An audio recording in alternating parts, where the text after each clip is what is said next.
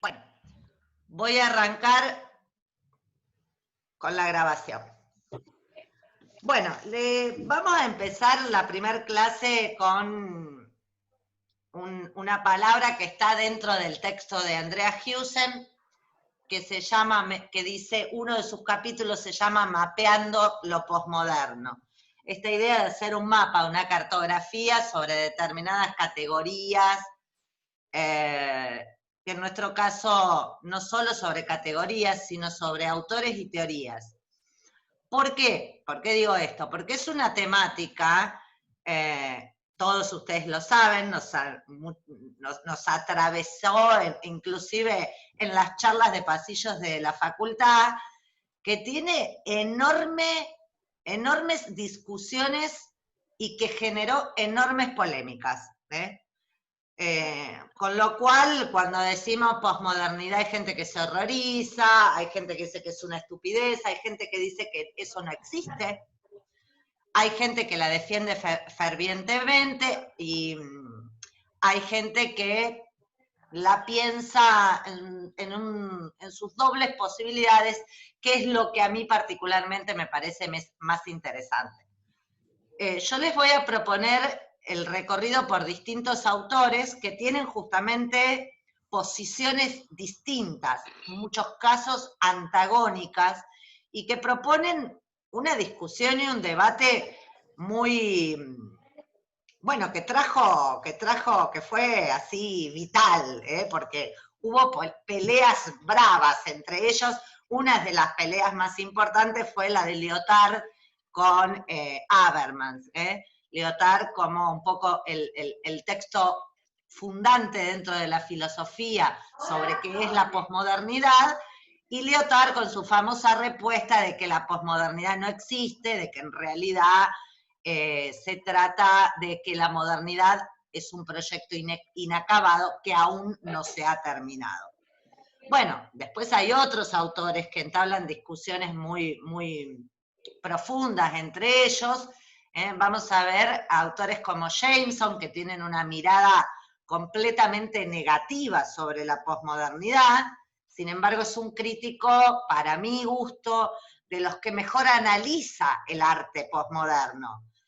De todos modos, aunque sea un excelente análisis el que hace, llega a conclusiones con las que yo no estoy totalmente de acuerdo. Digo esto y después lo vamos a explicar mejor, pero sus conclusiones apuntan a que todo el arte contemporáneo, posmoderno, duplica la condición del capitalismo tardío, transnacional, mediático, como quieran llamarlo, y por lo tanto es basura. Por lo tanto no es arte ni siquiera, por su relación extremadamente pegada a la industria cultural. Yo no acuerdo totalmente con esa tesis. Creo que dentro del arte posmoderno y contemporáneo, y lo contemporáneo es otra categoría como para otro curso, hay de todo. Hay cosas buenas, hay cosas malas. El tema es tener herramientas teóricas y críticas para poder evaluar esas obras que pertenecen al periodo que va desde los 70, 80 hasta hoy. Todos nosotros fuimos formados en la estética de la modernidad. Y cuando digo en la estética, no solo en relación a las obras de arte, a la literatura, a la arquitectura, a cualquier disciplina del arte, con los cánones, con los criterios de la modernidad, sino también a la teoría que acompaña al arte moderno, porque una de las características del arte moderno es su manía teórica. El arte moderno necesita de la teoría. No solo la necesita, la fomenta. Y todos nosotros en nuestra formación de grado, por lo menos, o por lo menos eso ha sido mi experiencia, tuvimos una formación con los autores que describían, analizaban, teorizaban, criticaban el arte de la modernidad. Entonces, cuando uno se enfrenta a una obra posmoderna, a una bienal de arte contemporáneo, no tiene herramientas para leer lo que sucede ahí. Esto termina muchas veces, vieron que la gente que va al Museo de Arte Contemporáneo dice, esto es toda una basura, el arte no es más, esto no es más arte, y todo ese tipo de comentarios. ¿Por qué? Porque el aparato, el dispositivo de la obra posmoderna requiere de criterios de análisis y contiene valores completamente diferentes a los del arte moderno. Necesitamos de otro bagaje teórico crítico para poder comprenderlo. Eso yo lo viví en carne propia. Les cuento que es un tema que yo tengo muy estudiado porque es el tema de mi doctorado. Yo quería estudiar dos autores que eran de la década de los 80, o sea, el final de la dictadura, el comienzo de la democracia, y todo lo que yo había aprendido sobre qué era la literatura y qué era el arte, no me servía para poder analizar estos dos autores. Esas teorías no encajaban con esta obra, no podían explicar nada, no podían decir nada. A lo largo de mi doctorado me encontré con docentes y materias en donde leí todo este otro material teórico crítico sobre la posmodernidad que me permitió entonces tener herramientas para analizar obras que pertenecen a lo que se le llama posmodernidad, crisis de la modernidad y algunas otras categorías que iremos viendo a lo largo de estos 3 días. Quiero empezar con una cuestión básica para poder entender qué deslizamientos produce la posmodernidad con respecto a la modernidad. ¿Y por qué digo deslizamientos? Porque justamente una de las cuestiones que vamos a discutir fuertemente es la idea de que la posmodernidad sea una etapa superadora de la modernidad. No lo es, desde ningún punto de vista. Y otra de las ideas es que la posmodernidad justamente se opone a ese pensamiento dicotómico. Con lo cual, vamos a en realidad pensar qué cuestiones pasan en la posmodernidad que se corren con respecto a la modernidad, que se corren, que se disuelven, que entran en crisis, que entran en convalescencia, que se terminan,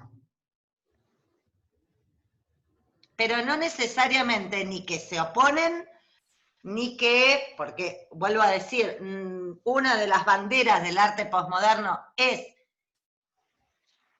el criticar al pensamiento dicotómico. Y otra de sus grandes banderas es negar esta idea de superación.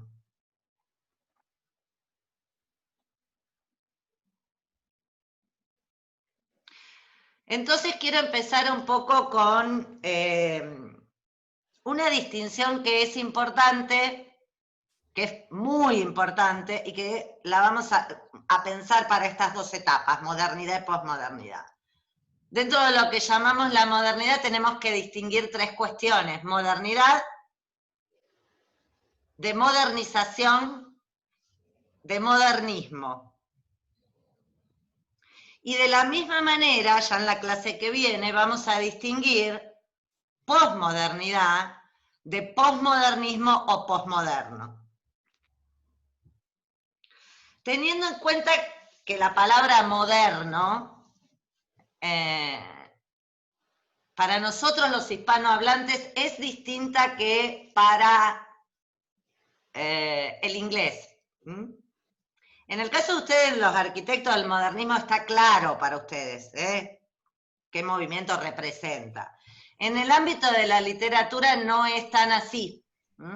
Nosotros en Hispanoamérica, en el ambiente en la cultura hispanohablante, la palabra modernismo no significa lo mismo que en la lengua inglesa, ¿sí?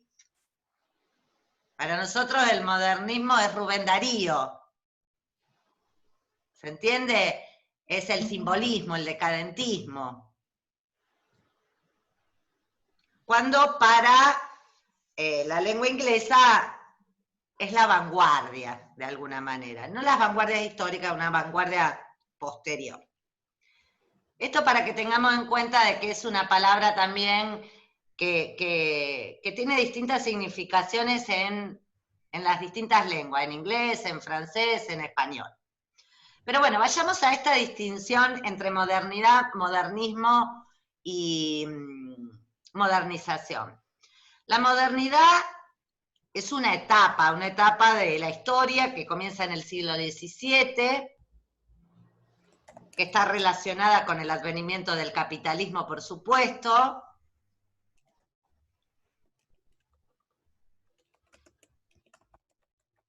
y que adquiere una mayor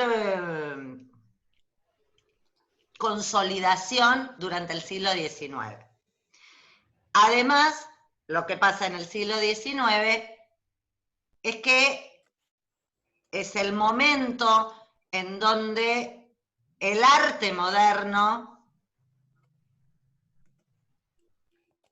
surge y se teoriza a sí mismo al mismo tiempo. El texto que inaugura la modernidad estética, la modernidad en el arte, es el texto de Baudelaire que se llama El pintor y la vida moderna, que es un ensayo maravilloso, que lo busqué y no lo pude encontrar para subírselos a la carpeta, y que les recomiendo muchísimo que lo lean porque es una belleza. Después vamos a hablar de ese ensayo y de las cosas que dice Baudelaire. Modernización, y ya voy a retomar modernidad.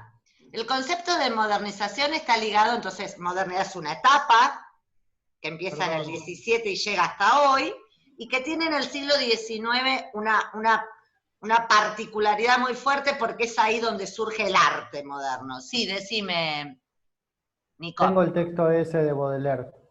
Ay, bueno, subilo a la carpeta, así lo pueden leer.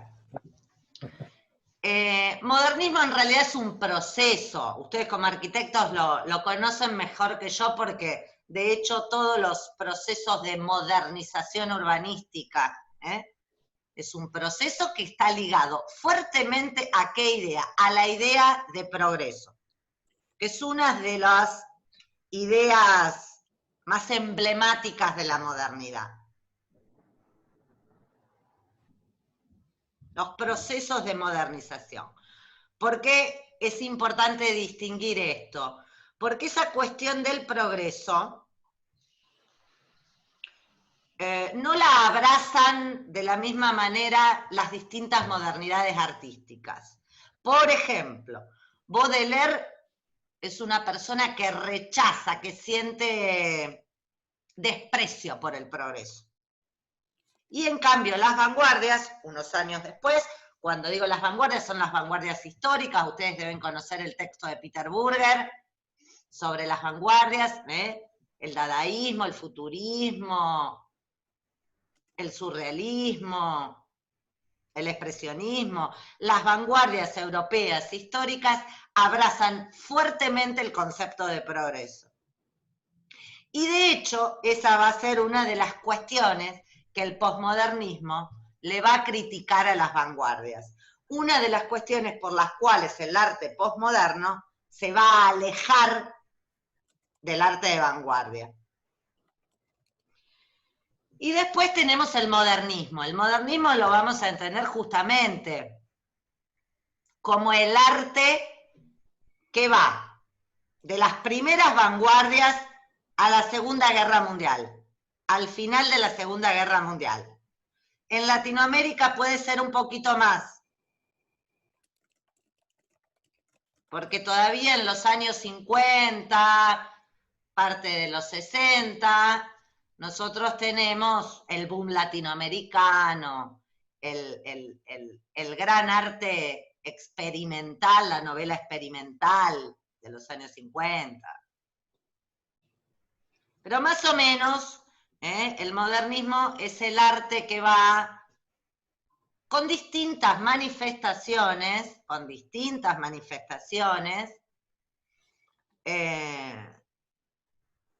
desde las vanguardias al final de la Segunda Guerra, entre las dos guerras. El modernismo al que se refieren algunos de los textos que yo les puse en la carpeta, está asociado también al modernismo estadounidense, ¿sí? Que fue un movimiento que se llamó el New Criticism, Ezra Pound, Eliot. ¿Por qué digo esto? Porque muchos de los posmodernos van a criticar a ese modernismo, que es un modernismo extremadamente elitista, ¿sí? Es arte elevado. Después vamos a ver algunas consideraciones más. Pero volvamos ahora al concepto de modernidad. La modernidad, lo que tiene de particular es su carácter paradojal, porque tenemos que distinguir entre dos modernidades. Una cosa es la modernidad como proyecto social, económico, filosófico, que tiene una filosofía detrás, y la modernidad estética. Estas dos modernidades van a entrar en choque a lo largo de todas las sucesivas modernidades que tuvimos desde el siglo XIX hasta hoy, que es un poco lo que tanto el autor Compagnon, que es francés, como Mattei Calinescu nombran como las 5 caras de la modernidad.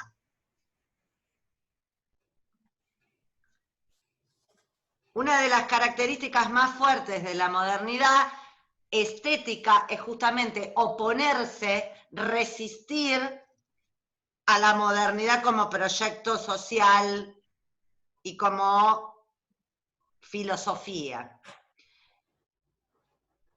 Oponerse a la sociedad burguesa. Esa disonancia entre ambas modernidades, ese afán destructor de la modernidad estética con respecto a la modernidad burguesa, recorre toda la historia de la modernidad. Y vamos a ver cómo eso después se da en la posmodernidad, que se da de una manera muy distinta a cómo esa relación se plantea en el 19, cómo se plantea en las vanguardias, cómo se plantea hacia el final del modernismo, en las distintas etapas. ¿Cuál es la filosofía que está atrás de la modernidad como proyecto?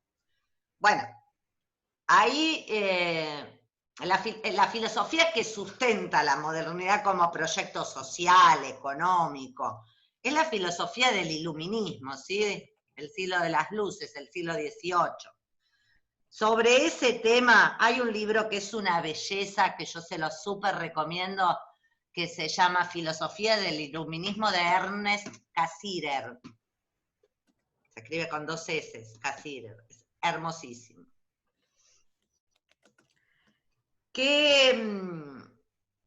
¿Cuáles son las ideas que tiene el iluminismo y que fundan la modernidad como proyecto social? Bueno, en el centro la razón.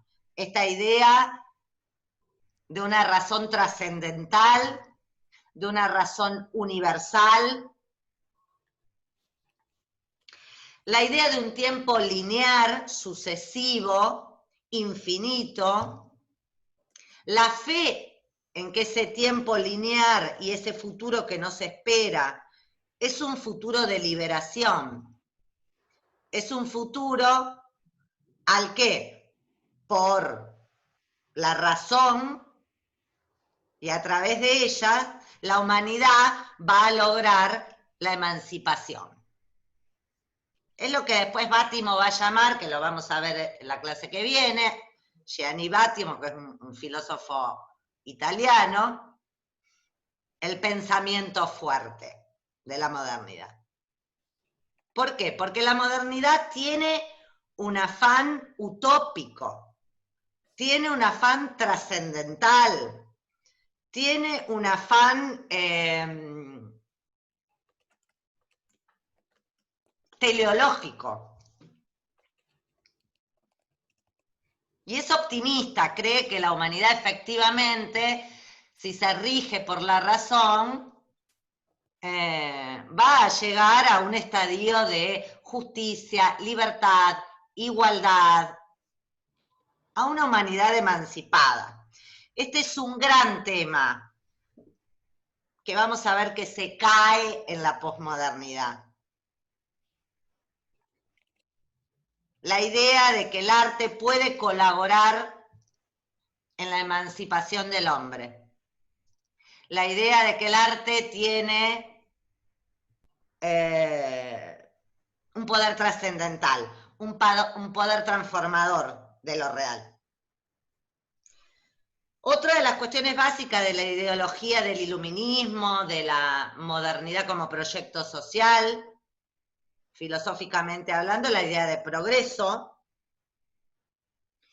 y las ideas de que la verdad, me estoy quedando sin tiempo, de que hay una verdad única y trascendental. Para la modernidad filosófica, las ideas son únicas, estables, ontológicas, metafísicas, trascendentales, sustanciales. ¿Qué quiere decir esto? Es un poco la historia de la filosofía de Occidente, ¿eh? El ser, lo ontológico, la idea de esencia y de sustancia. Platoniana. A ver, disculpen porque quiero ver si se está por... Si se corta, esperamos 5 minutos y volvemos a entrar. Estas ideas, estos valores, estas ideas, llevan a construir ¿qué? Una verdad única y un sujeto único, el sujeto universal. La idea de universalidad es una idea muy fuerte y que la posmodernidad va a criticar muchísimo.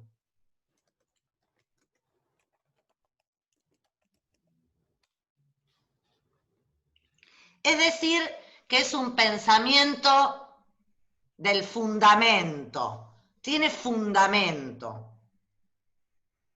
Así lo va a llamar Bátimo, pensamiento del fundamento al pensamiento de la modernidad.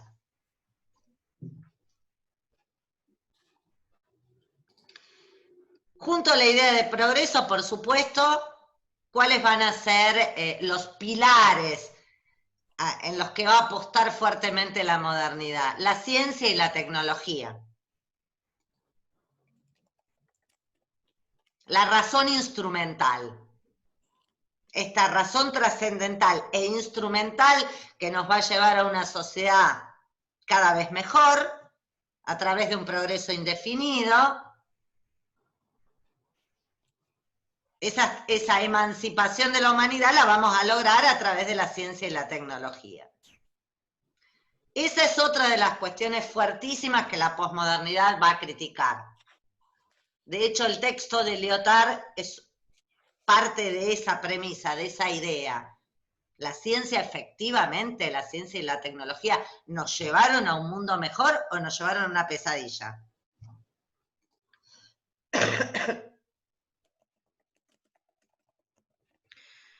Por otro lado, estas son todas las ideas de la filosofía que está por detrás del proyecto social emancipador de la modernidad.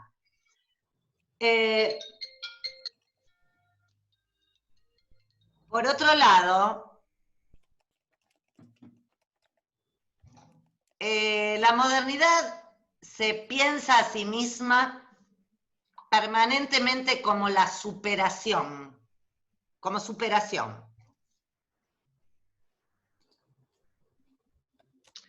Por eso, justamente, el texto que les puse de Octavio Paz, que va a decir algo muy interesante sobre la modernidad estética, que es la idea de que la modernidad en el arte se propone permanentemente una ruptura con el pasado, una ruptura con lo anterior. una ruptura con la tradición. El arte moderno persigue como su eje vertebrador la categoría de lo nuevo. Lo nuevo es el horizonte primordial del arte moderno. Esa categoría de lo nuevo aparece por primera vez en el texto de Baudelaire que yo les digo, El pintor y la vida moderna, y hacia el final de Las flores del mal, en el último poema, creo que es el último verso, que dice algo así como hacia lo desconocido para encontrar lo nuevo. Va a decir Paz entonces que esta modernidad estética que entra en choque permanente, que es disonante, que es resistente, que es paradojal con respecto a la modernidad como proyecto social, esa modernidad estética es una tradición de la traición. Es una tradición de la ruptura. Fíjense que en ambas ideas hay una contradicción, como una tradición de la ruptura. La tradición es continuidad. La tradición es lo que se transmite de generación en generación, lo que continúa, lo que permanece. Sin embargo, para la modernidad estética, en su búsqueda loca por lo nuevo, que no tenemos que confundir con la novedad, ya el propio Baudelaire marca la diferencia entre lo nuevo y la novedad, la moda, va a decir él. La moda es lo que fue cooptado por el mercado. Esta idea de Octavio Paz, el librito que les puse en la carpeta, que se lo súper recomiendo, Los hijos del limo, que son una serie de ensayos en los que él parte del romanticismo, porque es imposible entender la modernidad sin el romanticismo, sobre todo sin el romanticismo alemán. Y hay ahí varios ensayos, que les vuelvo a decir, van desde el romanticismo, pasando por Baudelaire y la modernidad en el siglo XIX hasta las vanguardias. Es un poco el recorrido que también quiero que hagamos hoy, porque si no entendemos qué aspectos de la modernidad son los que la posmodernidad va a hacer entrar en crisis, no puedo explicar justamente, no son rasgos positivos ni negativos de por sí los de la posmodernidad. La posmodernidad es una etapa y es un arte, o es las dos cosas, ya lo veremos, pero siempre en relación a eso que está en la propia palabra, a la modernidad. El post marca un término relacional. Vuelvo a insistir en que no podemos pensar la posmodernidad como un corte superador de lo anterior, todo lo contrario. Todo lo contrario, es un término relacional en relación a la modernidad en sus distintas etapas. Otra de las cuestiones que tiene la modernidad como modernidad estética es esta cuestión de tener en sí misma, además de ese aspecto paradojal, contradictorio, porque resiste a la modernidad como proyecto socioeconómico, de alguna manera esa tradición de la ruptura, esa necesidad de buscar todo el tiempo lo nuevo y de romper con lo anterior, otra de las características fundantes del arte moderno es el rechazo del pasado, que está tanto en Baudelaire y que se acrecenta aún más en las vanguardias. Todo lo anterior no sirve de nada, todo lo anterior no es arte. Esa tradición de la ruptura, esa tradición de la traición a lo anterior y a traicionar a la otra modernidad, la modernidad como proyecto social, lleva a su propia muerte. O sea, la modernidad es tanática. Tiene un afán autodestructivo, perdón. Que es distinto en estas distintas etapas. Porque no es lo mismo el afán destructivo de Baudelaire que el de las vanguardias. Porque en Baudelaire justamente la modernidad es vista como algo decadente, como algo... Baudelaire no ve en el progreso algo a ser festejado, algo en lo que tenga un optimismo, todo lo contrario, él considera que vamos hacia un mundo cada vez peor. Por eso tiene esa mirada del dandy decadente Baudelaire. En cambio, las vanguardias, y de eso las va a acusar la posmodernidad, se pegaron mucho a la idea de progreso. Algunas más que otras, obviamente, no es lo mismo el futurismo italiano que el surrealismo. La mayoría de las vanguardias tiene una enorme fe en el progreso y acompañan los procesos de modernización que se dan en el periodo entre guerras. Están interesadas en esos procesos de modernización. Quieren promoverlos, quieren impulsarlos. Tanto las vanguardias europeas como las vanguardias comunistas. De hecho, las vanguardias comunistas pasan a formar parte de los programas del Estado. Son programáticas de ese proceso de modernización que las sociedades entre guerras están viviendo. Bueno, ni hablar, fíjense en la arquitectura, ¿sí? El modernismo justamente tiene que restaurar la Europa devastada por la guerra. Entonces tiene un fuerte sentido de acompañar el proceso de modernización, de ir de la mano de la idea de progreso. Cosa que la posmodernidad va a criticar fuertemente también.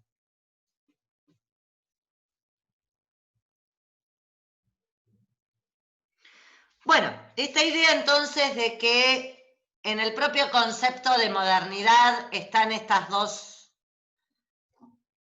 modernidades en choque, conlleva también, dijimos, esta idea de crisis permanente.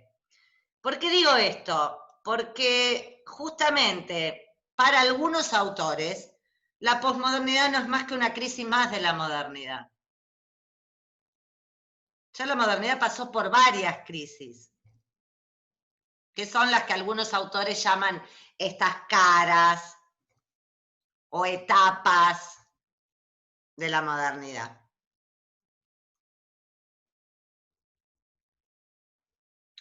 Bueno, resumiendo, entonces, el proyecto de la modernidad está basado en la idea de unidad, en la idea de esencia. ¿Se entiende qué quiere decir con lo de esencia? Concepto filosófico, el ser, lo ontológico, la sustancia, lo único, lo trascendental, lo estable, la idea de un sujeto pleno y universal, la idea de una verdad, una, la idea de totalidad, de perfectibilidad, de progreso. Eso filosóficamente hablando. Ahora, ¿cuáles son los valores de la sociedad moderna, que es la sociedad burguesa? El culto a la razón, el ideal de libertad definido dentro de un humanismo abstracto, el hombre en general. Gran tema que la posmodernidad va a criticar, porque la posmodernidad, una de las cuestiones más importantes que trae es la problemática del otro, la cuestión de la alteridad.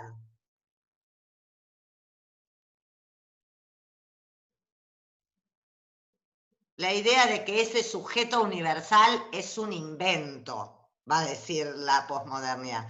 Es un invento que oculta la diversidad, las diferencias, las luchas de los oprimidos, de las minorías. Otro de los valores de la sociedad burguesa, el pragmatismo, el culto por la acción, el culto por el éxito. Contra todos esos valores va el arte moderno. Contra esos valores, contra esos valores de la sociedad burguesa. De ahí que el arte moderno, o la modernidad estética, como quieran llamarle, es siempre un arte en que reivindica el etos transgresor. Siempre se piensa como resistencial. Tiene que resistir a esos valores de la sociedad burguesa. Tiene que entrar en choque con esos valores de la sociedad burguesa. Tiene que transgredirlos.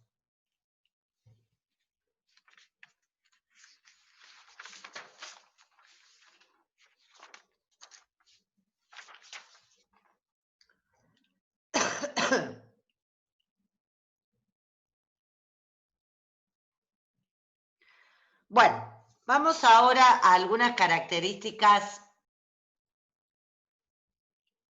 puntuales de la obra de arte, que no es decir el arte, ¿eh? La obra de arte, el concepto de obra.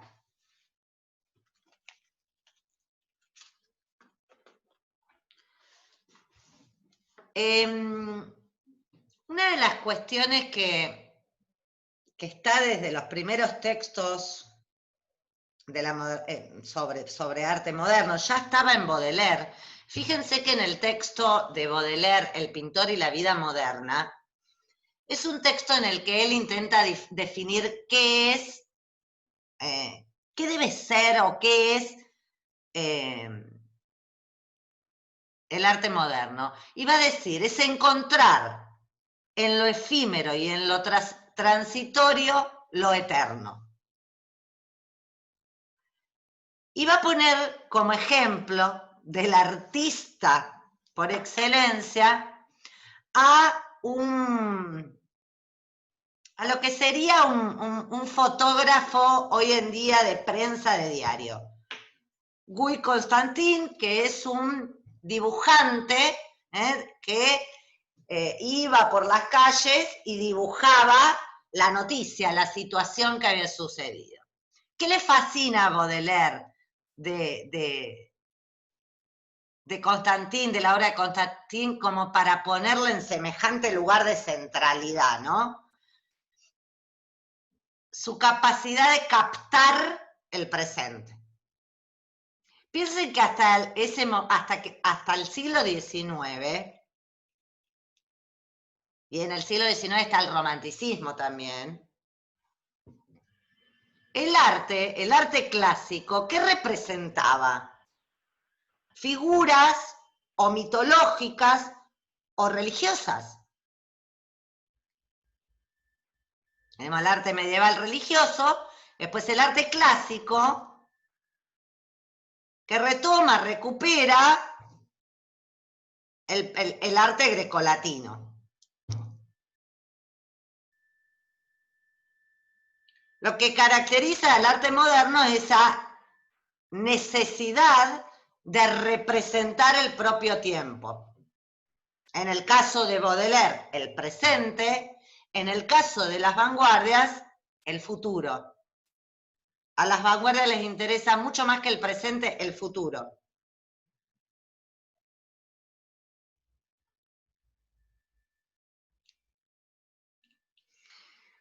En ese sentido, la obra de arte para la modernidad tiene que tener una serie de características que se contraponen a algo que está también en emergencia durante el siglo XIX, que es la emergencia de la cultura de masa, cultura popular, por ahora podemos llamarlas de las dos maneras, y que luego en el siglo XX va a llegar a ser la industria cultural, de la que se van a ocupar la Escuela de Frankfurt. O sea, el otro del arte moderno siempre fue la mercancía, el mercado, la cultura de masa. Ya estaba en sus inicios. Es imposible pensar el arte moderno sin esa contracara. Pensemos que el artista moderno se separa, logra separarse del mecenazgo y de la iglesia. Piensen que el arte antes era subvencionado, para decirlo de alguna manera, por la nobleza, por el sistema del mecenazgo y por la propia iglesia, pero al perder ese vínculo, ¿a quién queda supeditado? Queda supeditado al mercado.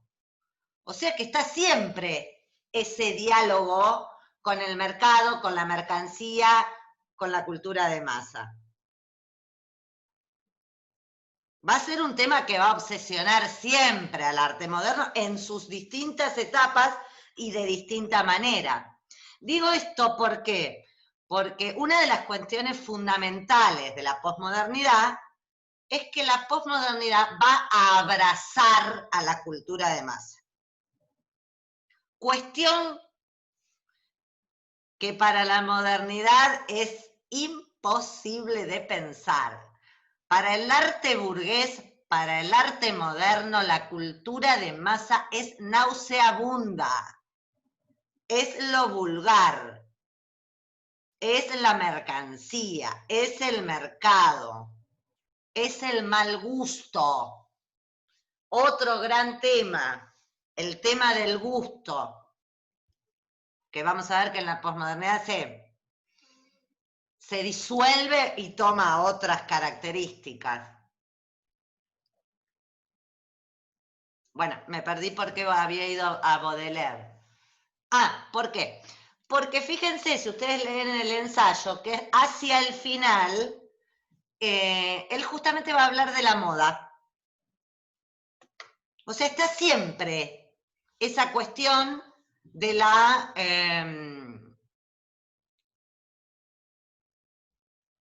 cultura de masa como trasfondo de la obra de arte. La obra de arte tiene que siempre luchar para distinguirse de eso, luchar para no ser cooptada por eso. Y eso le pasó a los diversos movimientos o caras de la modernidad. A la vanguardia le terminó pasando, y de hecho es lo que se llama comúnmente en la crítica, la muerte de la vanguardia, que está muy bien explicado en el texto de Calinescu, que se los recomiendo. La vanguardia termina cooptada por el mercado claramente cuando el inodoro de Duchamp pasa a estar adentro de un museo y la gente le saca fotos. O sea, toda esa cuestión crítica, resistente, transgresora, crítica de los valores de la sociedad burguesa que tenía la vanguardia, que pretendía esta unión entre arte y sociedad, resultó en su opuesto. En realidad, quien ganó fue la industria cultural y esa unión se dio entre la cultura de la masa y la vida, no entre la vanguardia y la vida, lamentablemente. O sea que ese telón de fondo de la cultura de masa es la otra cara del arte moderno. No lo podemos separar. Es su telón de fondo. De hecho, uno de los textos, que no sé si se los subí, de Andrea Husen, en uno de los capítulos, tiene un capítulo que a mí me gusta mucho, en donde dice que la cultura de masa es el otro del modernismo, es lo femenino. Y va a introducir ahí la cuestión de género. Es decir, lo moderno, el modernismo es masculino, la cultura de masa es femenina. Es el otro femenino. Es interesante lo que plantea ahí. Bueno,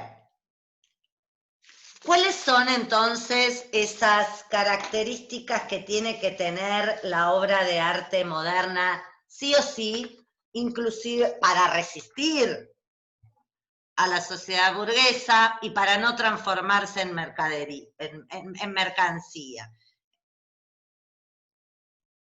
Y ahí yo creo que uno de los textos fundamentales para leer, y se los puse en la carpeta, es la teoría de la escuela de Frankfurt. Es Adorno. Adorno va a definir las 4 grandes categorías que tiene que tener la obra de arte moderna. Negatividad, autenticidad, autonomía, fracaso. Explico un poquito cada una. La negatividad tiene que ver con negar el principio que rige a la sociedad capitalista, a la sociedad burguesa. ¿Cuál es ese principio? Que todo tiene que tener utilidad.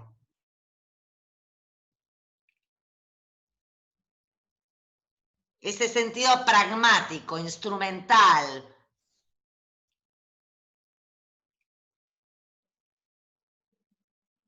En ese sentido, la obra de arte tiene que llevar a la vida a un sentido superador de ese carácter instrumental. Por eso la negatividad también está vinculada a una idea a la idea de promesa. ¿De promesa de qué? De promesa de una sociedad que no se rija por ese principio.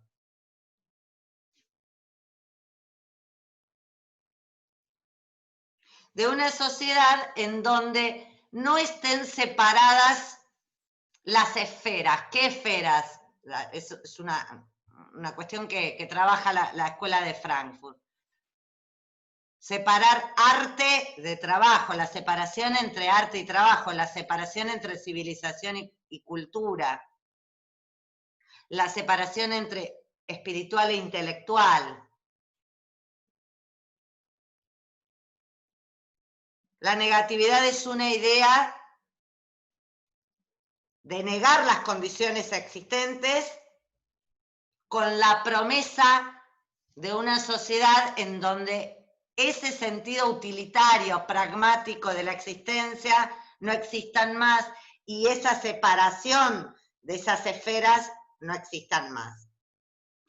Otro concepto es el de autonomía. El de autonomía es importantísimo, porque lo vamos a retomar a partir de la clase que viene, con un texto que también les puse en la carpeta, que es de Josefina Ludmer, que es una crítica argentina, deben conocerla ustedes, crítica de literatura, con un texto que se llama Literaturas posautónomas. Es muy cortito,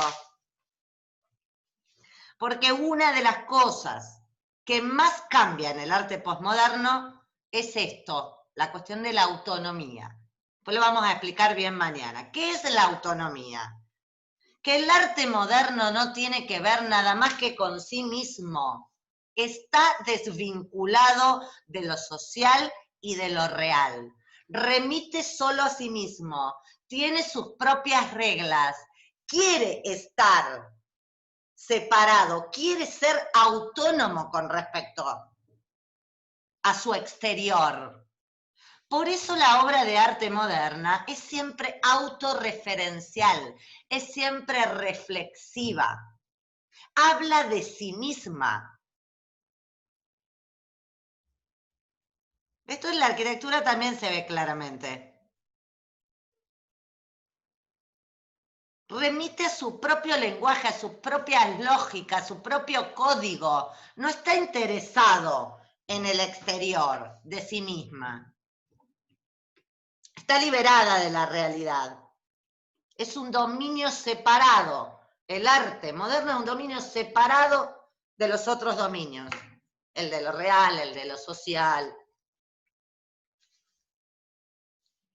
Tiene que ver con, en última instancia, con la definición kantiana de arte. Algo que no tiene utilidad. El arte no tiene utilidad, no tiene finalidad.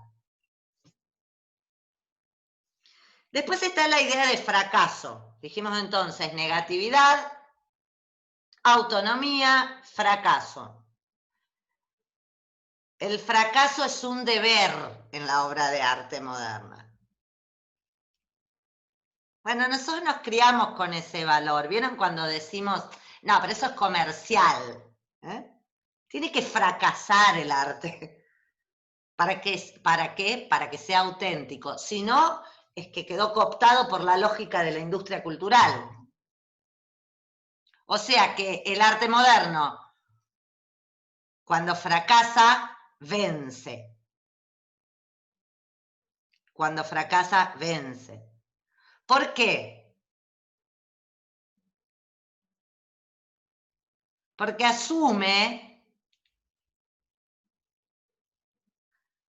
que está metido dentro de la lógica de la sociedad burguesa, del sistema capitalista. Tiene conciencia de eso.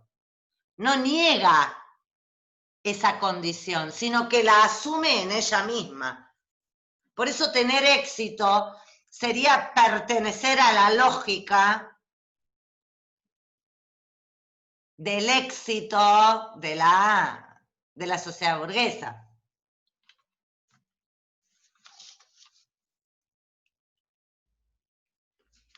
Tiene conciencia. Esta idea de fracaso es tener conciencia de esa separación entre el mundo del arte y el mundo del trabajo. Tiene conciencia de estar metida en el mercado también. Por eso, en vez de tener éxito, quiere fracasar. Y por último, la idea de autenticidad, que es otra de las categorías fundamentales del arte moderno. La más importante de todas las categorías del arte moderno, ¿cuál dijimos que es? Lo nuevo. Lo nuevo, que no se tiene que confundir con novedad, con moda. Cuando se transforma en novedad y en moda, es porque fue cooptado por el mercado, por la mercancía. Van a decir luego más adelante, en el siglo XX, Adorno o Horkheimer por la industria cultural. Cuidado que la idea de industria cultural es un concepto que crean Adorno y Horkheimer. Recién después de la Segunda Guerra Mundial. Piensen que ese texto lo escriben cuando se tienen que exiliar por el nazismo y se van a Estados Unidos. Y se encuentran ahí ya con Hollywood, los inicios de la televisión. Hay un texto de Adorno sobre la televisión que es buenísimo. Hasta ese momento, ese término industria cultural no existía. Bueno, decíamos entonces que el valor supremo del arte moderno, de la obra moderna, es lo nuevo. Y al mismo tiempo, o unido a eso, el concepto de originalidad,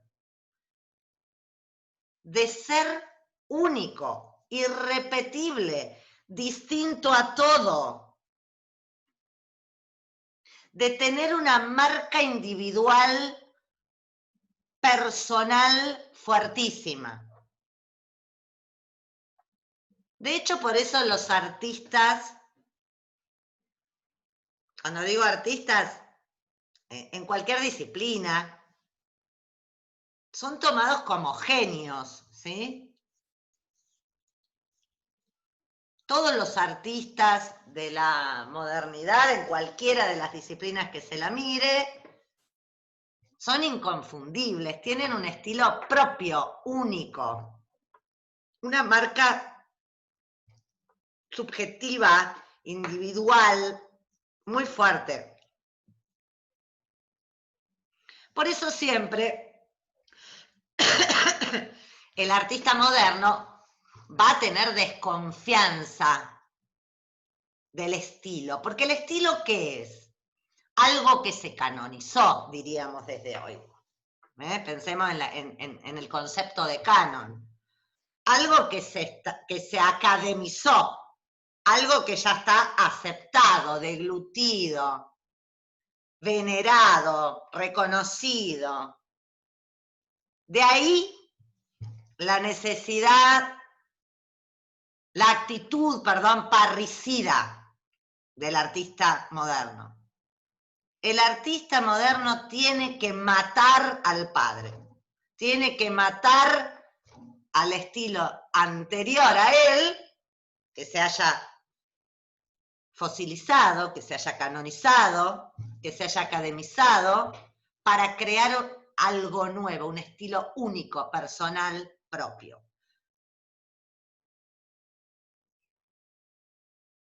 Eso es lo que lo hace auténtico. Y esta es otra de las cuestiones también muy complejas en la posmodernidad, que si ustedes leyeron alguno de los textitos más conocidos sobre lo posmoderno, que es el de Jameson, no sé si lo conocen. Bueno, Jameson va a decir que el arte posmoderno es una basura porque es un corta y pega de estilos del pasado. La categoría que él usa y que van a usar también los que defienden al arte posmoderno, el procedimiento por excelencia del arte posmoderno es el pastiche. El pastiche es eso, un corta y pega de estilos diversos, inconexos, desreferencializados. Claramente en Jameson hay una nostalgia de ese creador potente, único, irrepetible, auténtico, que es el artista moderno. Por eso a él le parece una basura, efectivamente, el arte contemporáneo, porque él no ve ahí un estilo individual, todo lo contrario. Ve la retomada, la revisitada, la recuperación, el reciclaje de estilos consagrados, cortados y pegados.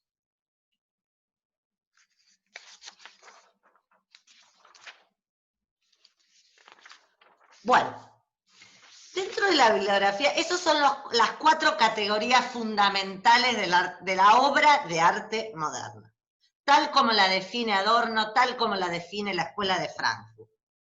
Después vamos a ver algunas distinciones que hay entre Adorno y Benjamin, ¿sí?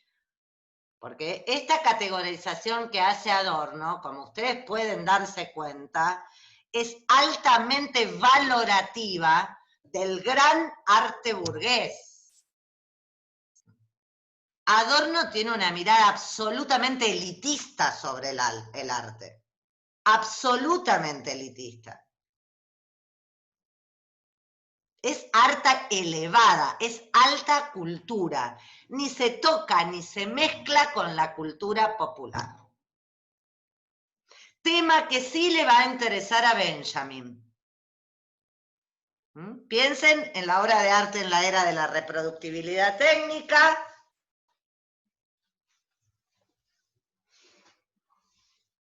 Y en la mirada completamente distinta que va a tener Benjamin, a quien sí está interesado en pensar las nuevas formas de arte que tienen incorporado en sí la técnica, como son la fotografía y el cine, como posibilidades de acceso y democratización del arte para las masas.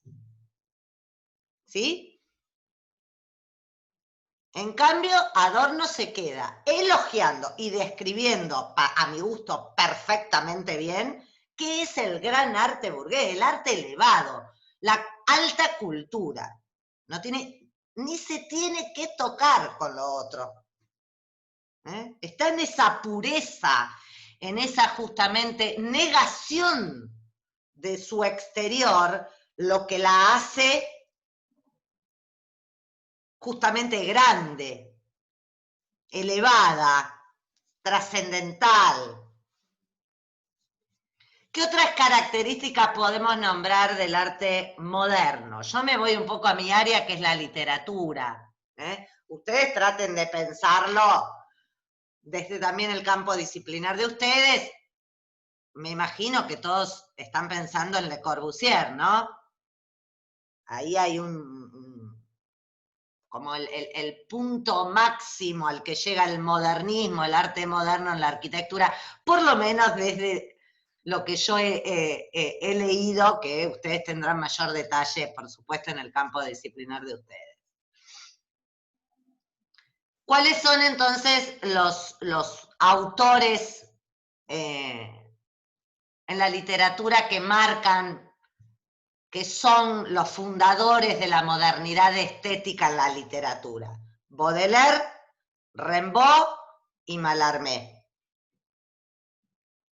Siglo XIX. Y después, en el siglo XX, tenemos las vanguardias. Ahora después voy a hacer una pequeña periodización sobre esas fases de la modernidad, tal como las nombran Calinescu y compañía. Entre la bibliografía que les puse un texto que pensé que no lo iba a conseguir, yo el libro lo había perdido. Disculpen, me voy a fumar un puchito, total, como estamos virtuales, no molesta.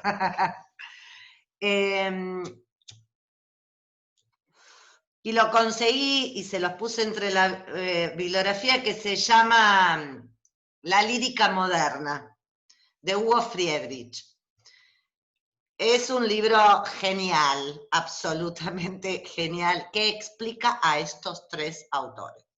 No sé si alguno de ustedes intentó alguna vez leer a Baudelaire, a Rimbaud y a Mallarmé. ¿Alguien los leyó? ¿Nadie? Bueno. Sí, yo leía a Baudelaire, leía algunas cosas. A Baudelaire, muy pocos. Bien. Baudelaire también. Son Rimbaud imposibles. algo, pero... Son imposibles. Sí, Las Flores del Mal, Son sí, dificilísimos. conseguí una edición hermosa, pero es muy áspero. Es áspero. Solo no lo podés leer. Te tenés que hacer un curso para poder leerlos. ¿Por qué? Por esto que les dije desde el comienzo, la manía teorética, la manía de teorizar. El arte moderno viene con su propio instructivo. Y si vos no te leíste el instructivo, no vas a entender nada. Así que si algún día quieren leer Baudelaire, Mallarmé y Rimbaud, empiecen por el texto que les di, que es el instructivo de la lírica moderna. En ese libro que no tuve, sí, no tuve tiempo de releerlo, pero lo recuerdo porque me fascinó cuando lo leí. Hay algunas también categorías, descripciones que da de lo que recuerdo del arte moderno, distintas a las que da Adorno, pero que van en sintonía con lo que dice Adorno. La poesía moderna expulsa a su lector. El arte moderno no es un arte para que le guste al público. Todo lo contrario. No quiere que el público guste. El artista moderno no quiere que al público le guste lo que él hizo. Si gusta es porque es popular, es porque fue cooptado por lo vulgar, por la mercancía. Expulsa a su lector, a su receptor, a su público. Es hermética. La poesía moderna es hermética. Y tiene como un valor central la incomunicabilidad. Miren, nada menos. Claro, por eso no los entiendo. Agarro un poema y digo, ¿qué me quiere decir? ¿Qué quiere decir? Se queda el lector. ¿Qué quiere decir? No es que no te quiere comunicar nada.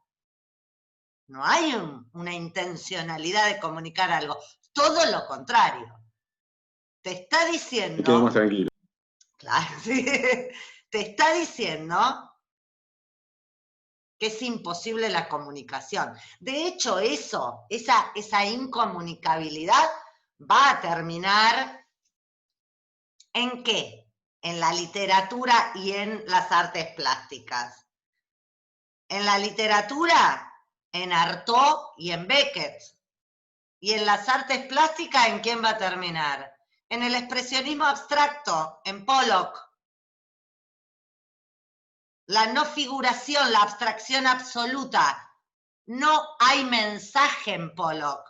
No hay figura. Es la forma pura. La pintura no es un medio, la pintura se volvió el propio fin. Y en la literatura, no sé si leyeron o pudieron ver alguna vez la obra de teatro Esperando a Godot, de Beckett. Es una obra cortita, léansela porque es genial. Ojo, piensen también, Beckett, posguerra, post-Segunda Guerra Mundial. Es uno de los autores que más logra captar ese sinsentido de la existencia que arrasa a la Europa post-Segunda Guerra Mundial. Godot está esperando, es una obra en donde Godot, que es un personaje, está esperando a alguien que nunca sabemos quién es, ni para qué, ni él tampoco lo sabe. El sinsentido, el sinsentido, el sinsentido. Y está en un lugar que no sabemos qué es, el vacío. Cuando se ha hecho en teatro, algunas versiones he visto yo muy hermosas, con respecto a lo escenográfico. Una escenografía que muestra ese vacío. Una vez vi una puesta en Buenos Aires que era como una tela roja que abarcaba todo el escenario y de ahí, de un agujerito de esa tela, salía la cabecita de este hombre que está esperando a Godot. O sea, colgado en un lugar que no es, en un universo que no está en ningún lado. Y él tampoco sabe qué está haciendo ahí, tampoco sabe a quién está esperando, pero está esperando. Fíjense que además en la palabra está el juego con God, con Dios, esperando Godot. Y el otro autor que a mí me encanta, que me gusta mucho más que el surrealismo, pero bueno, son gustos, que es Artaud. Ustedes piensen que Artaud y Breton empiezan juntos, fundan el surrealismo, pues se pelean, porque Breton se peleaba con todo el mundo, y Artaud no era fácil, terminó en un psiquiátrico, pobre, y se murió muy enfermo en un psiquiátrico. Las últimas obras de teatro de Artaud, texto maravilloso que les súper recomiendo, El teatro y su doble, de Artaud. ¿Cómo terminan las últimas obras de Artaud? Después, pobre, ya termina en el psiquiátrico. Él se subía al escenario y gritaba. Esa era la obra. Un grito desesperado y sin sentido. ¿Se dan cuenta que la cuestión de la incomunicación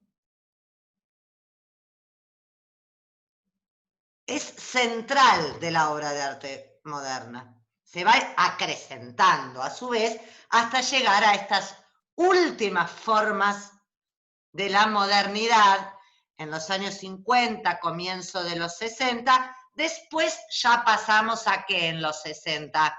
Mayo del 68. Las post-vanguardias o neo-vanguardias, ¿sí? El activismo político. Cambia completamente el espectáculo. Ahora, el final de esa época, que son un Pollock, un Beckett, ¿a qué tienden esas obras? Al silencio. Esto que les marqué del comienzo. Y ahí está la paradoja del arte moderno. El arte moderno tiende a su propia muerte. Proclama su muerte todo el tiempo. Por eso cuando se dice que la posmodernidad es la muerte de la utopía, la muerte de las narrativas, la muerte del arte.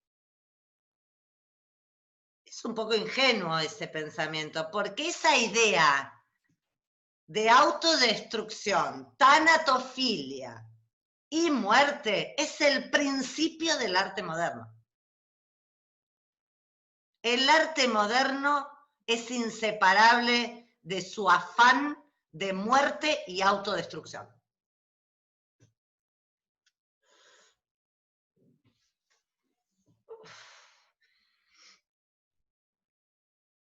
Otras de las características que marca en este libro sobre la lírica moderna, que es muy del área específica, pero si pueden por lo menos leer el capítulo sobre Baudelaire, está buenísimo. Dijimos entonces la incomunicabilidad, el rechazo al lector, al público, el hermetismo.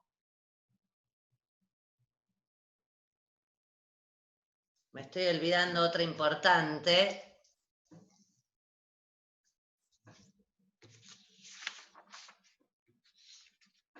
Esperen que por acá me había hecho unas anotaciones.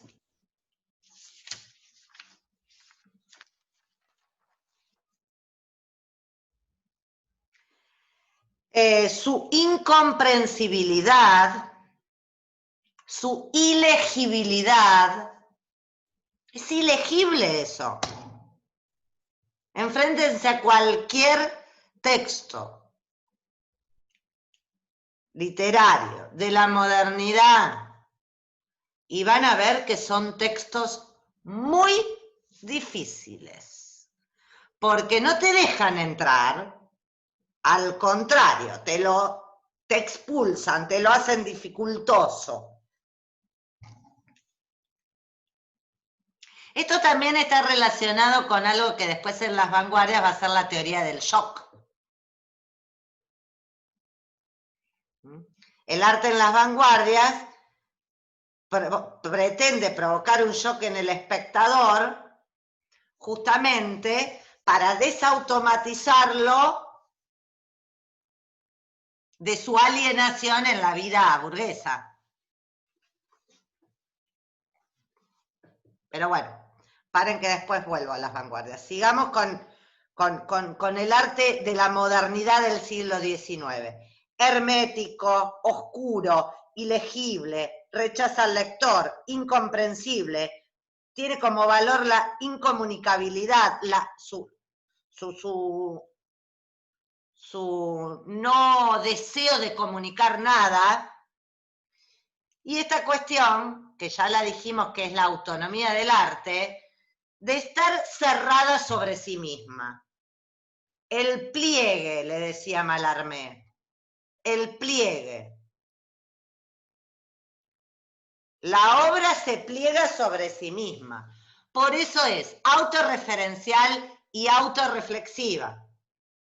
Y vamos a ver que eso es completamente diferente en el arte posmoderno. Porque al arte posmoderno sí le interesa el contexto, sí le interesa lo social, sí le interesa el creador y el receptor. Le interesa muchísimo el receptor al arte posmoderno. Mientras que el arte moderno desprecia, no escribe, vieron que hay muchos escritores, los grandes escritores, yo no escribo para nadie, yo no pienso en un lector. ¿Se entiende? La obra es un constructo perfecto, cerrado sobre sí mismo. Gran tema que va a discutir el arte posmoderno. Un constructo, un artefacto en donde forma y sentido están perfectamente amalgamados y que no remiten a nada que no sea su propia interioridad.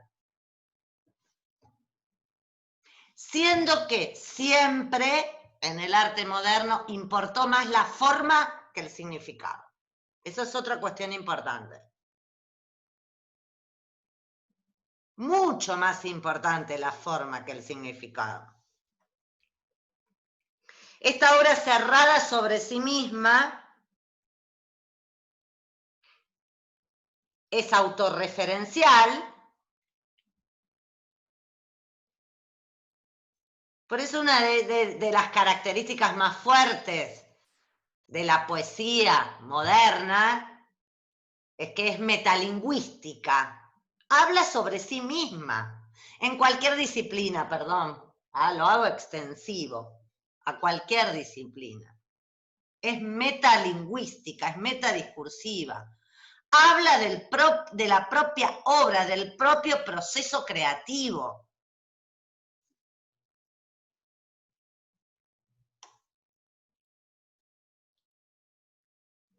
Y no de su exterior. Estoy pensando, discúlpame, Sí. Mariela, estoy pensando en el cine que yo, Godard, Truffaut, ¿no? Sí. Por ahí, en Sí. eso. Bueno, Sí. mirá, ya que tiraste lo del cine, no sé si sabían que les dije que vieran 2 películas. Sí, ¿por qué Godard? ¿Por qué Godard? Otra de las características del arte moderno, y Godard está ahí. Está ahí. Hay algunas cosas que después ya se van a ir deconstruyendo en Godard también. La cuestión de la fuerte experimentación. El arte moderno apuesta a la experimentación, sobre todo en lo formal. No importa el qué, no importa la historia, sino cómo la cuento. El cómo, la forma.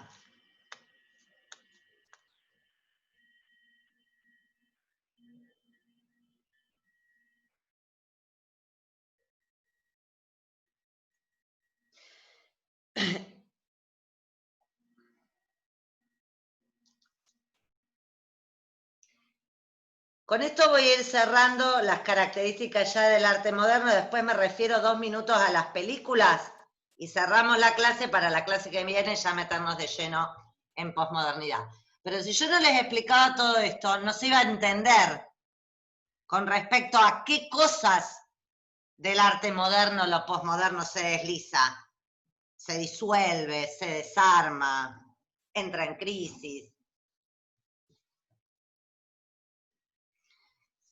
Uno de los procedimientos típicos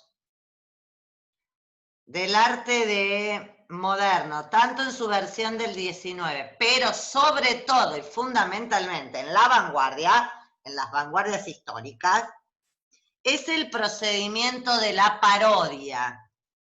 ¿Qué es la parodia? Es un procedimiento basado en el escarnio, en reírse, ridiculizar, para destruir eso que se parodia. Ahora, para que algo pueda ser parodizado, tiene que haber sido previamente canonizado. O sea que este procedimiento que van a utilizar muchísimo las vanguardias,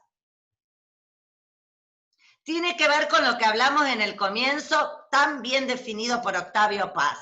Tradición de la ruptura. El arte moderno es tradición de la ruptura. Tengo que romper con el pasado, tengo que romper con lo anterior, tengo que buscar lo nuevo. Para romper con el pasado y con lo anterior, puedo utilizar el procedimiento de la parodia para ridiculizar aquello que estaba antes que lo que yo, artista, quiero crear como lo nuevo. Pongo un ejemplo claro. Acá, en Argentina, las vanguardias, Borges, en su etapa vanguardista, ¿de quién se reía? ¿A quién parodiaban en la revista Martín Fierro junto con Girondo? El martinfierrismo, que es nuestra vanguardia argentina. A Lugones. Le daban con un caño, se la pasaban haciendo poemitas riéndose del viejo Lugones. ¿Se entiende? El ¿Por qué? bigote de la Gioconda. Exacto, ahí la entendiste perfecto.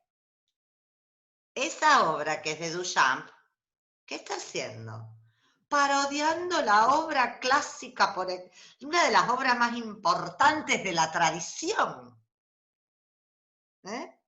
Se ríe de la tradición Duchamp, la ridiculiza. Por eso ven que el arte moderno está siempre tratando de matar al arte. Porque en ese gesto, ¿qué hace Duchamp? Le quita valor al arte, lo ridiculiza, le quita seriedad, lo mata, lo destruye. Bueno, lo del inodoro ni hablemos, ¿no? Cuando hace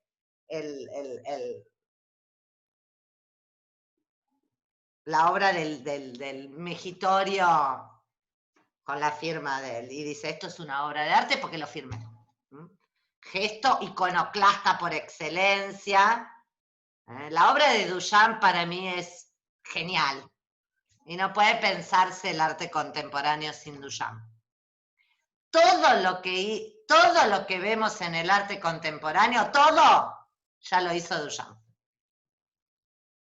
Por eso hay muchas cosas que la gente se horroriza de lo posmoderno y que en realidad ya estaban. Ya estaban. Todos los procedimientos técnicos, la mayoría, no cambian. Lo que cambia entre modernidad y posmodernidad son cuestiones más filosóficas y políticas sobre cómo pensar el arte. No necesariamente sus procedimientos técnicos. La gran diferencia en la que todos los críticos están de acuerdo con respecto a los procedimientos técnicos entre el arte moderno y el arte posmoderno es que en la modernidad, sobre todo en la vanguardia, el procedimiento técnico por excelencia es la parodia, y en la posmodernidad el procedimiento técnico por excelencia es el pastiche. Que vamos a definir bien mañana. Porque no está solo la definición de Jameson. Hay otras definiciones de pastiche. ¿Se entiende? Después cada uno de ustedes tiene que elegir. Como tuve que hacer yo cuando leí todo esto, a ver con cuál acordaba y con cuál desacordaba de todos estos autores. Bueno, y como para ir cerrando, me refiero a las películas que les pedí que vieran. Son dos películas que yo vi hace muchos años. Anoche me miré nuevamente porque está en Netflix, arreglada, Blade Runner. Así que si quieren verla, está en Netflix. Que vieron que las mejoran ahora, no sé qué les hacen. Bueno, me conmocionó. Qué peliculón, la verdad que es increíble. No sé si ustedes se acuerdan la historia. Es una película de ciencia ficción que está puesta en el futuro, en una sociedad en el futuro, en donde la humanidad logró crear robots, que ellos le llaman los replicantes, que son idénticos a los humanos, pero que pueden hacer un montón de cosas que son como esclavos de los humanos. Y que los tienen viviendo en otro planeta. Bueno, un grupo de estos replicantes se escapa, viene a la Tierra. ¿Por qué? Por la pregunta de cualquier réplica. La condición humana, pero entonces ¿quién soy? ¿Qué soy? ¿Soy un robot? ¿De qué habla esa película? Cosa que ya estaba en la primer novela de ciencia ficción, Frankenstein. ¿Cuál es la pregunta del monstruo? ¿Soy humano o no soy humano? ¿Soy una creación, una réplica, una copia? ¿Soy un casi humano? Pero sin embargo siento, y siento igual que un humano. Bueno, en Pinocho también está esta idea, en inteligencia artificial también está esta idea. Es una idea que atraviesa todo el género de la ciencia ficción. Sí, Es está dramático. el tema de la empatía, ¿no? Que era, a partir de la empatía era como el mecanismo para detectar si era un androide o no. Ay, sí, es tremendo, es tremenda. Ella, el personaje de ella, que se enamoran ellos, cuando él le Sí. dice que ella es una réplica, su rostro es muy conmovedor. Bueno, asunto. ¿De qué habla esa película? De la condición de la réplica, gran tema de la posmodernidad. La réplica, el simulacro, la copia. ¿Qué les expliqué yo antes que están los fundamentos filosóficos de la modernidad filosófica y como proyecto social? ¿Cuál es un valor de la filosofía moderna? Lo auténtico. Lo auténtico y ¿qué más? La originalidad. La originalidad. Lo único. Lo único, exactamente, exactamente. O sea que todo aquello que sea una copia o una réplica es despreciable para la filosofía de la modernidad. Para la posmodernidad es una condición de nuestras sociedades contemporáneas y de nuestras existencias. Piensen que los posmodernos escribieron, chicos, cuando Internet no era lo que es hoy. Realmente yo tuve que releer todos estos autores para poder armarles el curso estos días. Y digo, de cuando ellos escribieron en los años 80 a hoy, hay muchas cosas que decían esos autores en los 80 que eran incomprensibles y que hoy son irrefutables. Irrefutables por cómo vivimos. Piense que cuando esa gente escribió, no estaban los celulares, ni WhatsApp, ni Facebook, ni Twitter, ni... ¿Se entiende? Peter Eisenman, cuando hace toda su reflexión sobre la autenticidad partiendo del fax. Fotocopia. Díganlo. El fax ya le anulaba la autenticidad. Era lo mismo mandar un fax que el original. Imagínate ahora. Gran tema de las sociedades posmodernas, la velocidad. Me puse a pensar, ¿pero en qué año compré yo un celular? Es tan rápido lo que pasó y todo lo que pasó de los 80, que es cuando escriben los teóricos de la posmodernidad ahora, que es entendible que en su momento haya habido gente que no entendía lo que estaban diciendo los que hablaban de posmodernidad y que hoy son irrefutables. Son cuestiones irrefutables, la cuestión de la copia, del simulacro. En las sociedades contemporáneas vivimos atravesados por simulacros. Estamos en sociedades donde la imagen lo es todo y ya no tenemos cómo saber qué es la verdad. Gran concepto único de la modernidad. ¿Qué dice la posmodernidad? No hay verdad, no tenemos cómo saber cuál es el original. Ya no sabemos más. No podemos, no hay manera de saberlo. Gran tema del que vamos a hablar mañana, el estatuto de la verdad. El estatuto de la verdad. Pero más o menos se los tiro. Para la modernidad había una verdad. ¿Qué hay ahora, que lo vemos todo el día en la tele? Narrativas.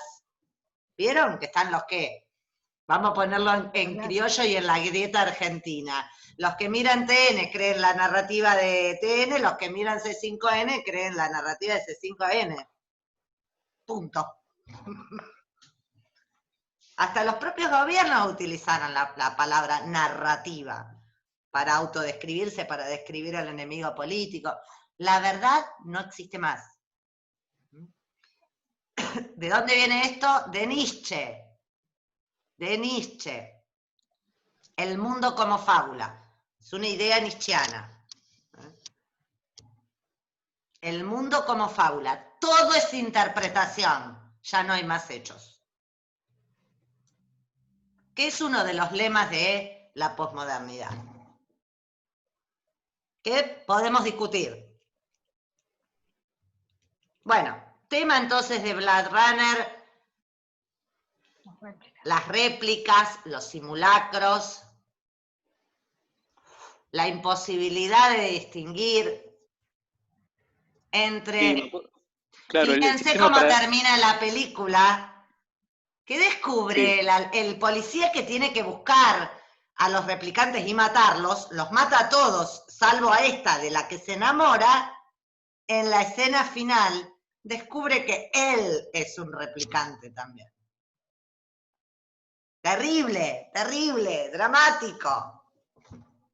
Él no es humano, él es un replicante. Bueno, para el que no lo vio, les arruiné el final. Sí, querías decir algo, Fede. No, que también hay un tema sobre el dispositivo que usan para ver si es un androide o no, que supuestamente hay como una ambigüedad que no se puede llegar a definir del todo.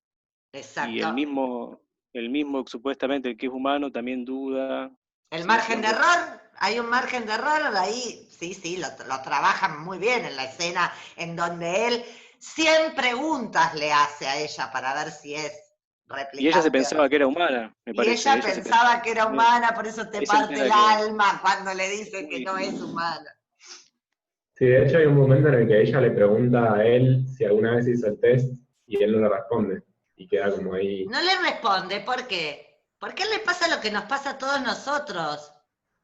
Que tenemos dudas, que no sabemos. Que no sabemos, a mí me pasa, con los medios es alevoso lo que está pasando en este momento, por eso se habla de posverdad, de narrativa. No tenemos más cómo saber cuál es la verdad.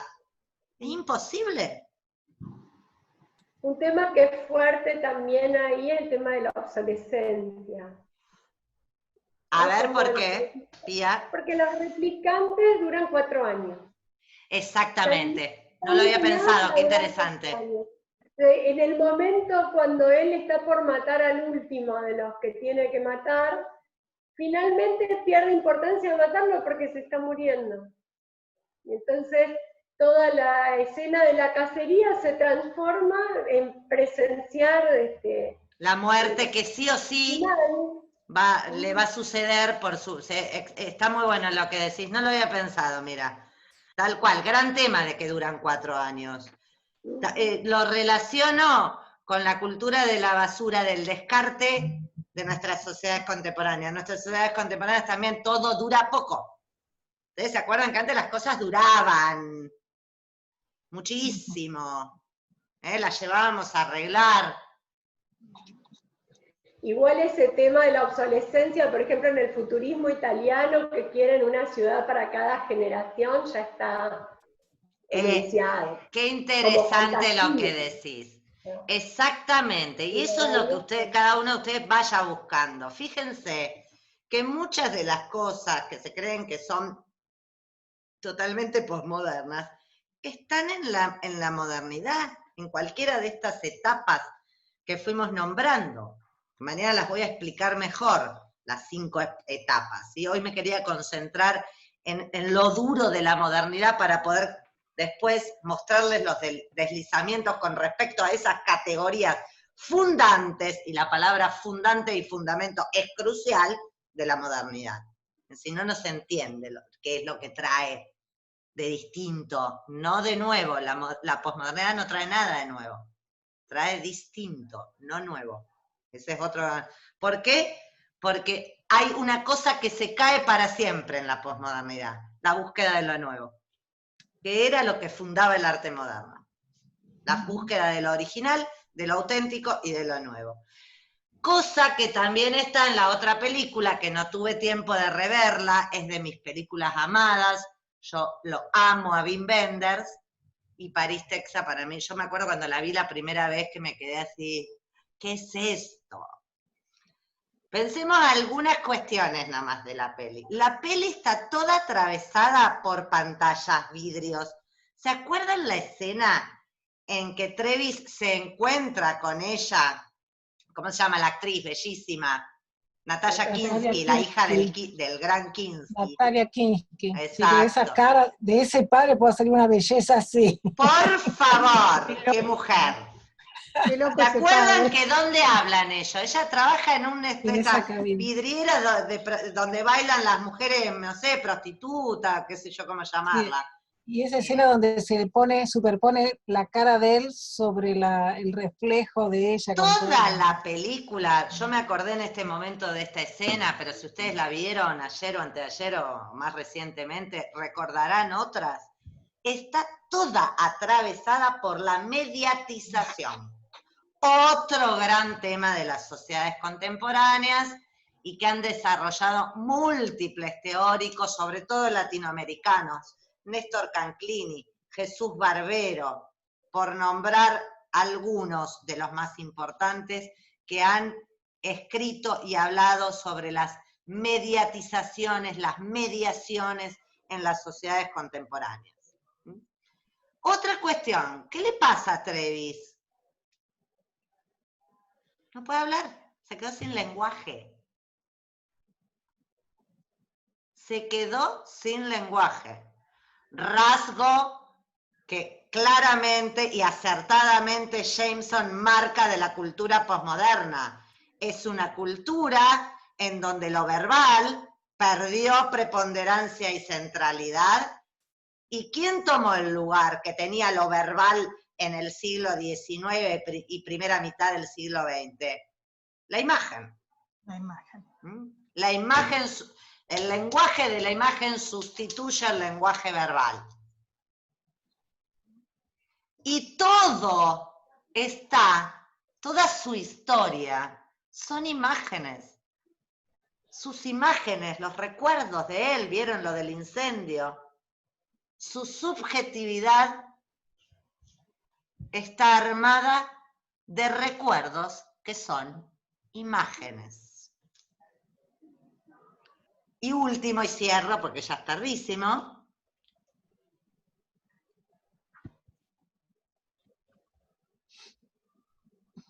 El título. El título que es claramente un chiste. París, pero ojo que no es París, Europa.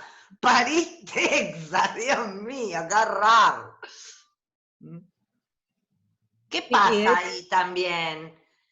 Con ¿Qué respecto está a eso, diciendo primero, Wenders ahí? Además de ser un chiste genial, está marcando que la centralidad de la cultura dejó de estar en Europa y pasó a estar en Estados Unidos. Y está hablando de la colonización cultural global de la cultura americana. Cómo la cultura americana se impone de manera global. De hecho, nuestra cultura es una cultura americanizada. Globalmente estamos americanizados, ¿sí? Pero ya ahí la perspicacia, la inteligencia de Wenders, de verlo en el momento en que eso emerge, en el momento en que la globalización comienza.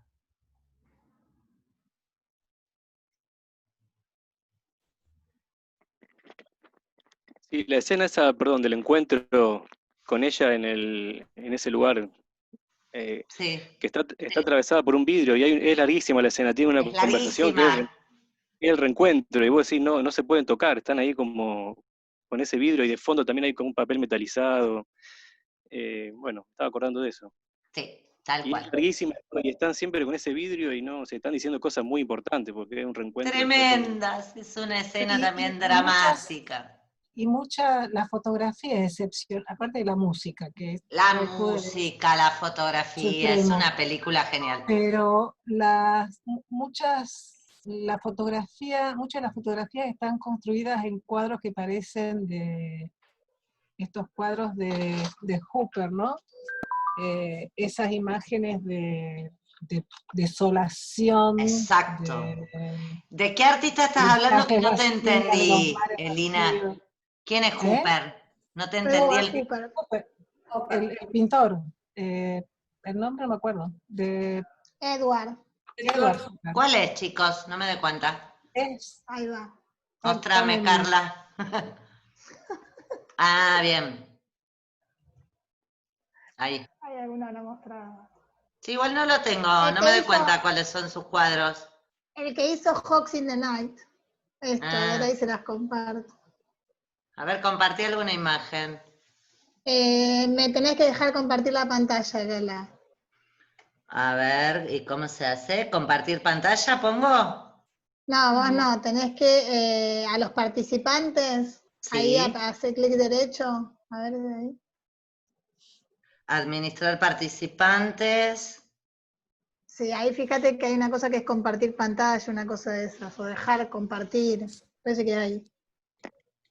Hacer coanfitrión, si lo haces coanfitrión. te deja ¿A compartir. dónde, Gadi? Pensando lo que vos decías, María Laura, de que no se pelea con el pasado, ¿no? Es la vigencia de ese clima, ¿no? Porque incluso estaba pensando, hasta hay una escena, la escena, por ejemplo, que él va con el chiquito, con el hijo, vuelven, la primera vez que la encuentran a la madre, a la esposa, y vuelven y están en un pueblo desolado, ¿no? Que van al lavadero, ahí yo no sé si hay un cuadro de Hooper en eso, pero es toda esa imagen. Esa ¿no? imaginé. La vigencia de que el pasado todavía, en ese caso, Totalmente, él está atrapado en su pasado, no puede salir de las imágenes de su pasado. Excelente lo que decís. Y me voy a buscar ahora este Hooper porque no me doy cuenta quién es. No lo tengo visto. Buscalo ahí. Ahí está, sí, ya sé, es bellísimo, sí. Hay un cuadro que es Hawks in the Night, que es como el más... ¿El más famoso? Sí, que están como en el coso de un bar. Pero igual, estos Qué también. bueno, qué buen dato que me están dando, me encanta. Bellísimo. De la casa de psicosis. Eso. Ese es el boceto. Qué desolación, qué desolación. Hay uno que se llama Domingo a la Mañana. No, Qué buenísimo. House by the Railroad, que es la casa de psicosis, que Hitchcock para la casa. El payaso, ¿vieron el payaso en el cuadro anterior? Ese, fíjense, esa es otra metáfora del artista en la modernidad. El payaso. ¿Por qué? Porque no es útil al sistema. ¿Vieron esta cuestión del respeto? Es ambivalente. Por un lado es el genio, por el otro es el payaso, el artista moderno. Muchos poetas han escrito sobre esto. Estoy pensando en el portugués, que a mí me encanta, ¿cómo se llama? Ay, se me fue el nombre. Pessoa. Tiene un poema muy, muy bueno sobre esto, sobre el poeta como payaso. Por un lado es un genio, pero por el otro, ¿a quién le da bola a un poeta en el mundo moderno? Es un boludo. Es un tipo que no sirve para nada, es un tipo que no produce. ¿A quién le importa? Yo me acuerdo, les pongo un ejemplo prosaico y autorreferencial. Me acuerdo cuando yo empecé a estudiar letras y la gente me preguntaba, ¿y qué estudias letras? Y la gente me decía, A, B, C, D. ¿Viste? Peor. ¿Vieron la mentalidad burguesa? Siente un desprecio enorme por el conocimiento, por el arte. Desprecia el conocimiento y el arte. Por eso para la sociedad burguesa, el poeta, el artista es payaso, un tipo que dice boludeces, habla al pedo. Eso se extendió y se fue profundizando lamentablemente cada vez más en nuestra sociedad. Bueno, les tiro una peli. No se cortó, me parece, porque es la primera vez. ¿Qué? No sé, mañana se va a cortar, pero como si es la primera vez que lo usaste. No sé porque yo quiero probar si me lo grabó, Carla. Sí, y no se cortó. ¿Por qué será? Tenés que, cuando termina, fíjate que te va a aparecer abajo para que lo guardes. Si no... ¿Y cómo hago? ¿Pongo a pausar? No, cerrar sesión. Todo solo. Bueno, tenés que dar cuando lo probé esta tarde me salió una pestaña donde me decía en dónde lo quiere guardar. Ahí estamos. Ahí no, bueno. Ahora en el escritorio. Ahora te lo pone en el mismo lugar. Pero ¿cómo freno ahora la clase? ¿Cómo la Muy freno? fácil. Dice No, ahora salir sigue, abajo sí. a la derecha. ¿Cómo? Salir Finalizar. dice abajo Salir. a la derecha. Ya, ahí, finalizar. Ahí salís. Bien. Antes Saludar. saludá, antes de hacer eso saludá. Ahora saludanos, porque así te Ah, saludamos. sí, Gala. Quiero ir a dormir tranquilo. Bueno, y les tiro un dato de una peli que me miré hace 3 noches atrás, que está en Netflix, que vieron que en Netflix hay mucha basura, pero cada tanto suben alguna cosita linda, y que es re sobre lo contemporáneo. Todavía no la pensé mucho, pensé algunas cosas, y me encantó. Se llama, te la mandé, Carla. No me acuerdo el título, espera es que ahí una la busco. película mexicana. Ahí les digo, No. se Espera, llama espera. Ya no estoy aquí. Ya no estoy aquí. Mírensela y podemos mañana cerrar la clase con un análisis de esa peli, que muestra muchas de las realidades de las que habla el No arte la spoilees. postmoderno, las migraciones, las tribus, los urbanos, las juventudes, las alteridades. En realidad lo que más me interesa es el concepto de alteridad, que es el gran tema de la posmodernidad. La quiebra de ese sujeto único y universal, que en realidad no era ni único ni universal, era logo-euro-falocéntrico. Era hombre, era blanco y era europeo. El resto quedaba fuera del sujeto. No había sujetas, ni negros, ni pobres, ni indígenas. Es un concepto de sujeto bastante autoritario. Va a decir otro autor que a mí me fascina y que pude hacer un curso con él acá en Rosario, hace unos años vino a dar un seminario y me quedé fascinada, que se lo súper recomiendo, no les puse nada en la carpeta, pero lo que encuentren, léanlo de él. George Giudice, se escribe con Y. El recurso de la cultura es uno de sus textos más famosos. De todos modos, cuando él empieza a escribir en los años 70, es el primero en pensar la posmodernidad para América Latina. Y tiene unos textos súper interesantes de esa época. Se llama... y tengo acá un artículo de él, que no se los paso porque lo tengo en portugués. Yo tengo muchas cosas de estas en portugués porque las estudié en la época que hice el doctorado en Brasil y tengo la bibliografía en portugués. En donde Giudice le dice a Habermas que es un machista. Años 80. El texto se llama La modernidad es autoritaria. Y es verdad.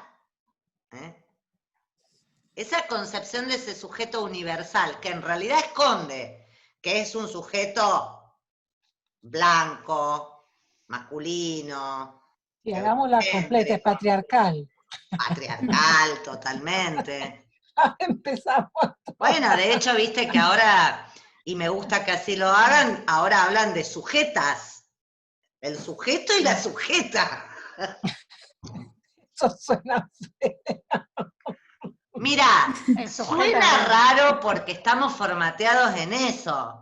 Totalmente. Otra discusión, la del lenguaje inclusivo. Bueno, ahora esta semana tengo una charla justamente en el profesorado con los docentes por el tema del lenguaje inclusivo.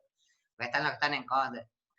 El lenguaje inclusivo se discutirá. Ahora, el lenguaje no sexista y nombrar el femenino y el masculino para salir del masculino, del falso masculino genérico, es fundamental que lo empecemos a hacer. Ese masculino genérico no es tal. No es tal, es masculino, punto. Es masculino. Siempre hay que nombrar las dos cosas. Lo femenino y lo masculino. Y lo que pasa es que estas discusiones vos las podés discutir, pero llega un momento que las generaciones resuelven. Por eso, este es un tema ya instalado. Por supuesto. Además que en realidad, yo te lo digo desde el plano lingüístico, que lo estuve pensando, digo, a ver qué puedo aportar a la discusión. Mira, los cambios en la lengua no se imponen, o sea que no sabemos si el E va a quedar. No lo sabemos, porque en realidad los cambios en la lengua son muy lentos, la lengua es un organismo vivo que vive transformándose, pero que son muy difíciles, sobre todo porque esa E está tocando no al léxico, sino al morfema, el aspecto gramatical de la lengua, que no se modifica nunca. Es lo más difícil de modificar en la lengua. Así que no sabemos si va a quedar. Ahora sí sabemos que fue una estrategia política, discursiva, diría Foucault, genial. Y como estrategia política discursiva, sirve. ¿Y sirvió? Para visibilizar, para quebrar estereotipos, para poner determinadas diversidades a la vista. Después, ¿qué pasa efectivamente con esa E, si va a quedar o no? Es imposible de predecirlo. Hay que pensarlo desde la dimensión política. ¿Cómo puedo utilizar cosas, en este caso la lengua, para una determinada finalidad política? Después que eso quede o no, se verá con el tiempo. Bueno, gente, ¿les gustó? ¿Les sirvió? Buenísimo. Muy bueno. Pero bueno, Muy bien, muy bueno. Sí, muchas gracias. Mañana seguimos, Mañana seguimos. 7:30. Vamos a Buena. soñar Con un esa montón de birla, cosas. la que te guarda todo. Ay, esa Mañana voy a con ver, una por birra. favor, Y si no te espero lo poder guardas, grabás guardarla. mañana. Sí, Dale, si lo grabás dale. mañana. Nos vemos mañana. Si encuentran bibliografía que quieran compartir, súbanla al Drive. Nos hacemos Vale. nos Y compartimos después cosas. pregúntate si lo auténtico fue lo que pasó ahora o el MP4 que te queda guardado sobre esta Y yo soy de las que cree que no hay original. Yo soy de las que cree que somos todos replicantes. Y eso que no ponemos, en discusión el tema de los espacios paralelos y demás. Ay, ni hablar, por favor. Eso que no entramos ahí todavía. Ya vamos a entrar. Chao, chao. Bueno, Chao. chao, que Chao. descansen. Chao, Lala, Adiós. gracias. Chao, Carlita, chao.